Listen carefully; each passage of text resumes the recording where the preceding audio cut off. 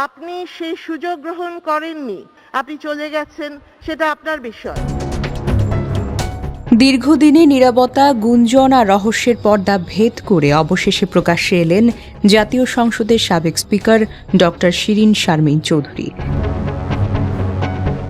রাজধানীর ধানমন্ডির একটি আত্মীয়ের বাসা থেকে ভোররাতে তাকে আটক করে ঢাকা মহানগর গোয়েন্দা পুলিশ। ডিবি সূত্র জানায়, সোমবার দিবাগত রাত আনুমানিক 4:30টার দিকে ধানমন্ডির ৮-১ সড়কের একটি বাসা থেকে তাকে গ্রেফতার করা হয়।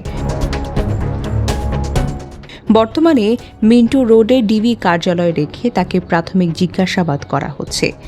ডিবির অতিরিক্ত কমিশনার শফিকুল ইসলাম গ্রেফতারের বিষয়টি নিশ্চিত করে জানান, তার বিরুদ্ধে থাকা জুলাই-আগস্টের গণঅভ্যুত্থানের সময় সংঘটিত সহিংসতা, ভাঙচুর ও হত্যাকাণ্ডের ঘটনায় মোট 6টি মামলার তথ্য পাওয়া গেছে।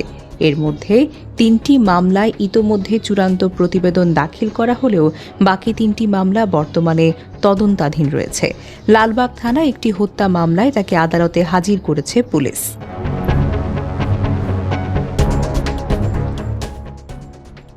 2024 সালের 5 আগস্ট ছাত্র জনতার অভ্যুত্থানে আওয়ামী লীগ সরকারের পতনের পর থেকেই আড়ালে চলে যান ডক্টর শিরীন শারমিন চৌধুরী। তিনি দেশে আছেন নাকি বিদেশে পাড়ি জমিয়েছেন, এ নিয়ে রাজনৈতিক মহলে দীর্ঘদিন ধরে চলছিল নানা রকমের জল্পনা কল্পনা। সে অনিশ্চয়তায় ইতি টানল এই গ্রেফতার। রাজনৈতিক জীবনে তিনি ছিলেন দেশের অন্যতম গুরুত্বপূর্ণ সাংবিধানিক পদধারী। সর্বশেষ 2024 সালের 30 জানুয়ারি দ্বাদশ জাতীয় সংসদের স্পিকার হিসেবে শপথ নিয়েছেন তিনি। আওয়ামী লীগের মনোনয়নে রংপুর 6 আসন থেকে নির্বাচিত হয়ে টানা 4 মেয়াদে স্পিকারের দায়িত্ব পালন করেন। এর আগে 2013 সালের 30 এপ্রিল প্রথমবার স্পিকার নির্বাচিত হয়ে দীর্ঘ 1 দশকের বেশি সময় ধরে সংসদের অভিভাবকের ভূমিকায় ছিলেন। তবে সরকার পতনের পর গত 2 সেপ্টেম্বর তিনি আনুষ্ঠানিকভাবে পদত্যাগ করেন।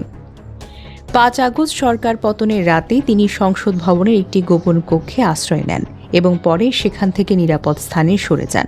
এরপর দীর্ঘ সময় জনসম্মুখে না আসায় তার অবস্থান নিয়ে রহস্য আরও ঘনীভূত হয়। ডিবির পক্ষ থেকে জানানো হয়েছে, তাকে রিমান্ডে নেওয়ার বিষয়ে এখনও কোনো চূড়ান্ত সিদ্ধান্ত হয়নি।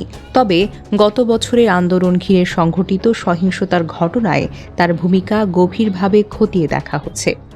এদিকে তাকে আদালতে তোলাকে কেন্দ্র করে আদালত পাড়ায় নিরাপত্তা ব্যবস্থা জোরদার করা হয়েছে। সাবেক এই স্পিকারের গ্রেফতার ও বিচার প্রক্রিয়া দেশের বর্তমান রাজনৈতিক প্রেক্ষাপটে তাৎপর্যপূর্ণ হয়ে উঠেছে, যা ভবিষ্যতের রাজনৈতিক সমীকরণেও প্রভাব ফেলতে পারে বলে মনে করছেন সংশ্লিষ্টরা। ডেস্ক নিউজ, অগ্রযাত্রা প্রতিদিন। অগ্রযাত্রা প্রতিদিন, নির্ভীক প্রত্যয়ে উজ্জীবিত।